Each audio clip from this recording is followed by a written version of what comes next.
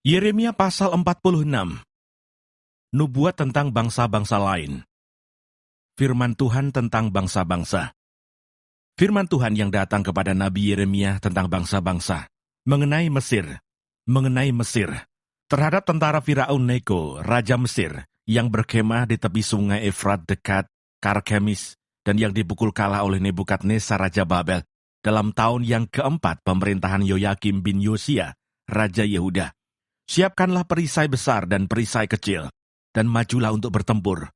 Pasanglah kuda, dan naiklah, hai pengendara-pengendara. Ambillah tempatmu dengan memakai ketopong. Tajamkanlah tombakmu, pakailah baju sirahmu. Mengapa kulihat mereka terkejut mundur ke belakang? Pahlawan-pahlawan mereka terpukul kalah, lari kocar-kacir, tanpa menoleh. Kedahsyatan dari segala jurusan, demikianlah firman Tuhan. Orang yang tangkas tidak dapat melarikan diri. Pahlawan tidak dapat meluputkan diri di utara. Di tepi sungai Efratlah, mereka tersandung dan rebah. Siapakah ini yang meluas seperti sungai Nil, dan yang airnya bergelora seperti sungai-sungai? Itulah Mesir yang meluap seperti sungai Nil, dan yang airnya bergelora seperti sungai-sungai. Ia berkata, aku mau meluas menutupi bumi, membinasakan kota dan penduduknya. Majulah hai kuda-kuda, melajulah hai kereta-kereta.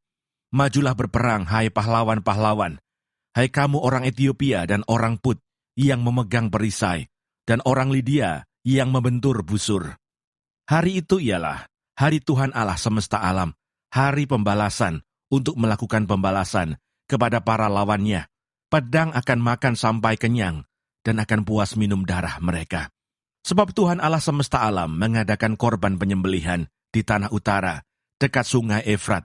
Pergilah ke Gilead mengambil balsam, hai anak darah, putri Mesir. Sia-sia engkau memakai banyak obat. Kesembuhan tidak akan kau dapat. Bangsa-bangsa telah mendengar tentang celamu. Bumi telah penuh dengan teriakmu. Sebab pahlawan yang satu tersandung kepada pahlawan yang lain. Keduanya rebah bersama-sama. Firman yang disampaikan Tuhan kepada Nabi Yeremia tentang datangnya Nebukadnezar Raja Babel untuk memukul kalah tanah Mesir.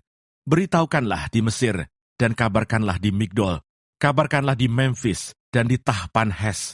Katakanlah, ambillah tempat dan bersiaplah, sebab sekitarmu habis dimakan pedang. Mengapa Apis melarikan diri?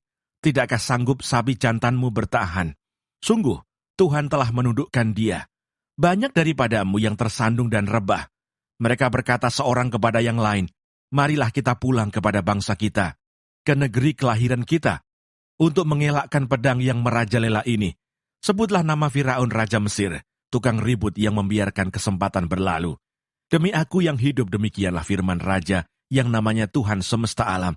Ia akan datang seperti gunung Tabor, yang menjulang di antara gunung-gunung lain, seperti gunung Karmel yang menganjur ke laut. Siapkanlah bagimu barang-barang untuk perjalananmu ke pembuangan. Hai putri Mesir yang sudah lama menetap, sebab Memphis akan menjadi sunyi sepi, dijadikan reruntuhan yang tidak berpenduduk lagi. Mesir adalah lembu muda yang elok, tetapi seekor pikat dari utara mendatangi dia. Juga prajurit-prajurit upahan yang ada padanya adalah seperti anak-anak lembu tambun. Mereka pun berbalik dan melarikan diri bersama-sama. Mereka tidak dapat bertahan, sebab hari bencana mereka menimpa mereka, yakni waktu penghukuman mereka. Suaranya seperti ular yang mendesis. Apabila mereka berjalan maju dengan bertentara, mereka mendatangi dia dengan membawa kapak, seperti orang-orang penebang pohon. Mereka menebang hutannya, demikianlah firman Tuhan. Sekalipun itu tidak dapat dimasuki, sebab lebih banyak mereka daripada belalang. Tidak terbilang jumlahnya. Putri Mesir menjadi malu, diserahkan ke dalam tangan bangsa dari utara. Tuhan semesta alam, Allah Israel berfirman, sesungguhnya, aku mendatangkan hukuman atas dewa Amon dari Tebe, atas Firaun beserta Mesir, dewa-dewanya dan raja-rajanya, yakni atas Firaun beserta orang-orang yang percaya kepadanya. Aku akan menyerahkan mereka ke dalam tangan orang-orang yang berusaha mencabut nyawa mereka, yakni ke dalam tangan Nebukadnezar Raja Babel dan para pegawainya. Tetapi sesudahnya, negeri itu akan didiami, seperti dalam zaman purbakala. Demikianlah firman Tuhan. Maka engkau janganlah takut, hai hambaku Yakub, janganlah gentar, hai Israel, sebab sesungguhnya aku menyelamatkan engkau dari tempat jauh, dan keturunanmu dari negeri pembuangan mereka. Yakub akan kembali dan hidup tenang dan aman dengan tidak ada yang mengejutkan. Maka engkau janganlah takut, hai hambaku Yakub, demikianlah firman Tuhan, sebab aku menyertai engkau. Segala bangsa yang keantaranya engkau kucerai-beraikan akan kuhabiskan, tetapi engkau ini tidak akan kuhabiskan. Aku akan menghajar engkau menurut hukum, tetapi aku sama sekali tidak memandang engkau tak bersalah. Yeremia pasal 47. Mengenai orang Filistin. Firman Tuhan yang datang kepada Nabi Yeremia mengenai orang Filistin sebelum Firaun mengalahkan Gaza. Beginilah firman Tuhan.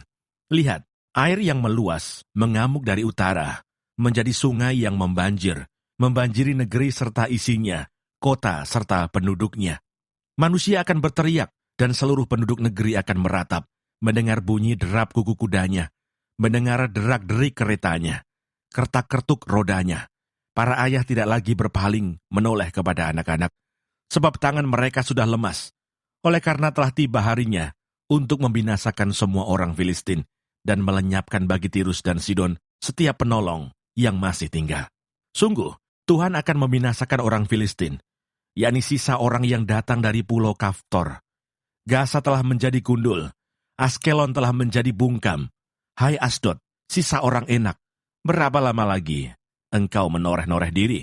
Ah, pedang Tuhan, berapa lama lagi baru engkau berhenti? Masuklah kembali ke dalam sarungmu, jadilah tenang dan beristirahatlah. Tetapi bagaimana ia dapat berhenti? Bukankah Tuhan memerintahkannya? Ke Askelon dan ke tepi pantai laut, kesanalah ia menyuruhnya. Yeremia pasal 48.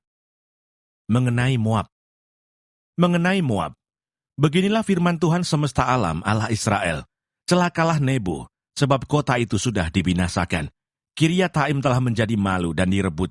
Kota benteng itu menjadi malu dan terkejut. Lenyaplah sudah kemegahan Moab. Di Hesibon orang merencanakan malapetaka terhadapnya. Marilah kita melenyapkannya sebagai bangsa. Juga engkau, hai Madmen, akan dibungkamkan. Engkau akan dikejar-kejar pedang. Dengar, teriakan dari Horonaim, kebinasaan, kehancuran besar. Moab telah hancur lebur. Kedengaran orang berteriak sampai ke Soar. Sungguh, orang mendaki pendakian Luhit sambil menangis. Sungguh, di jalan turun ke Horonaim, orang mendengar teriak karena ditimpa bencana. Larilah, selamatkanlah nyawamu. Jadilah seperti keledai liar di padang gurun. Sungguh, oleh karena engkau percaya kepada bentengmu dan perbendaharaanmu, maka engkau pun akan direbut. Kamos akan pergi ke dalam pembuangan bersama-sama dengan para imam dan pemukanya. Pembinasa akan datang ke setiap kota. Tidak ada kota yang terluput. Lembah akan binasa. Tanah datar habis musnah, seperti yang difirmankan Tuhan. Berikanlah sayap kepada Moab, supaya ia lari terbang. Kota-kotanya akan menjadi sunyi sepi, tidak ada lagi penduduk di dalamnya. Terkutuklah orang yang melaksanakan pekerjaan Tuhan dengan lalai, dan terkutuklah orang yang menghambat pedangnya dari penumpahan darah. Moab hidup aman dari sejak masa mudanya. Dia hidup tenang seperti anggur di atas endapannya. Tidak dituangkan dari tempayan yang satu ke tempayan yang lain. Tidak pernah masuk ke dalam pembuangan. Sebab itu rasanya tetap padanya, dan baunya tidak berubah. Sebab itu sesungguhnya waktunya akan datang, demikianlah firman Tuhan, bahwa aku akan mengirim kepadanya tukang-tukang yang akan menuangkannya, mencurahkan tempayan-tempayannya, dan memecahkan buyung-buyungnya. Maka Moab akan menjadi malu oleh karena dewa Kamos, sama seperti kaum Israel menjadi malu oleh karena Betel, kepercayaan mereka. Bagaimanakah kamu berani berkata, kami adalah pahlawan-pahlawan, orang-orang gagah perkasa untuk berperang? Pembinasa Moab telah maju menyerang dia. Teruna-terunanya yang pilihan telah turun ke pembantaian. Demikianlah firman Raja yang namanya Tuhan semesta alam. Bencana Moab sudah hampir datang. Malapetakannya sangat segera sampai. Ratapilah dia, hai semua yang ada di sekitarnya. Hai semua yang mengenal namanya. Katakanlah, sungguh sudah patah tampuk kekuasaan, tongkat keagungan itu. Turunlah dari kemuliaanmu dan duduklah di atas kotoran. Hai putri Dibon yang sudah lama menetap. Sebab pembinasa Moab sudah maju menyerbu engkau, memusnahkan tempat-tempatmu yang berkubu. Berdirilah di tepi jalan dan tinjaulah, hai penduduk Aroer. Tanyakanlah kepada orang yang lari dan yang terluput. Katakanlah, apakah yang telah terjadi? Moab sudah malu karena ia terkejut. Merataplah dan berteriaklah. Beritahukanlah di sungai Arnon. Sungguh, Moab sudah binasa.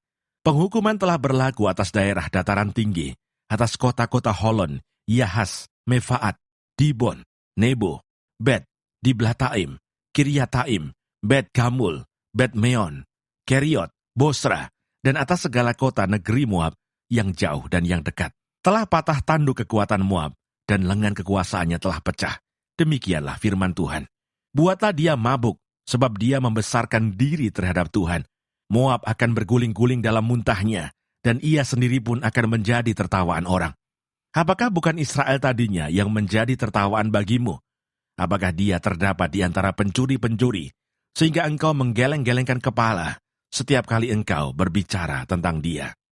Tinggalkanlah kota-kota dan diamlah di bukit batu, hai penduduk Moab. Jadilah seperti burung merpati yang bersarang di dinding mulut liang. Kami telah mendengar tentang keangkuhan Moab. Alangkah angkuhnya dia, tentang kesombongannya, keangkuhannya, dan kecongkakannya, tentang tinggi hatinya. Aku ini kenal kebongahannya, demikianlah firman Tuhan. Tidak benar cakapnya, dan tidak benar perilakunya. Sebab itu aku akan meratap karena Moab, akan berteriak karena Moab seluruhnya, dan akan mengadu karena orang-orang Kiri Heres. Aku akan menangis karena engkau, lebih daripada menangis karena Yeser, hai pohon anggur Sibma. Ranting-rantingmu merambak sampai ke laut, meluas sampai ke Yeser. Si pembinasa telah jatuh, menimpa hasil musim kemaraumu dan panen buah anggurmu. Sukaria dan sorak-sorak telah lenyap dari kebun buah-buahan dan dari negeri Moab. Aku telah menjauhkan anggur dari tempat pemerasan.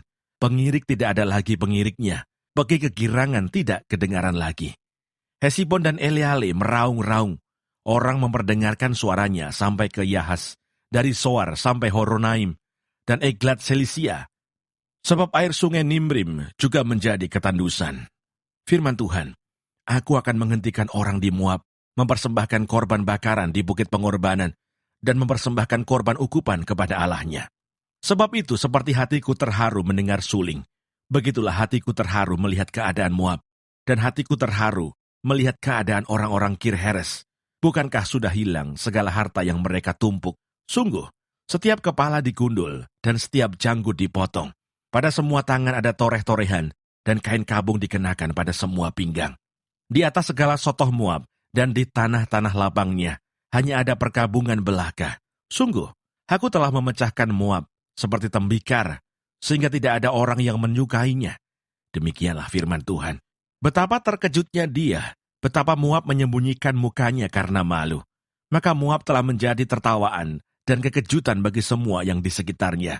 Sebab beginilah firman Tuhan, sesungguhnya ia datang melayang seperti burung Raja Wali dan mengembangkan sayapnya ke atas Moab. Kota-kota direbut, kubu-kubu pertahanan dirampas. Hati para pahlawan Moab pada waktu itu akan seperti hati perempuan yang sakit beranak. Moab akan musnah sebagai bangsa, sebab ia membesarkan diri terhadap Tuhan. Kejut dan pelubang dan jerat bagimu, hai penduduk Moab, demikianlah firman Tuhan. Yang lari dari kekejutan akan jatuh ke dalam pelubang, dan yang naik dari pelubang akan tertangkap dalam jerat. Sungguh, aku mendatangkan semuanya ini atas Moab di tahun penghukuman atas mereka. Demikianlah firman Tuhan. Di naungan Hesibon, orang-orang pelarian berhenti, kehabisan kekuatan. Tetapi api keluar dari Hesibon, nyala api dari istana Sihon, yang memakan habis pelipis Moab dan batu kepala orang-orang ribut. Celakalah engkau, hai Moab, binasa engkau, hai bangsa Dewa Kamos, sebab anak-anakmu lelaki telah diculik tertawan, dan anak-anakmu perempuan menjadi tawanan. Tetapi aku akan memulihkan keadaan Moab di kemudian hari. Demikianlah firman Tuhan. Sampai disinilah firman penghukuman atas Moab.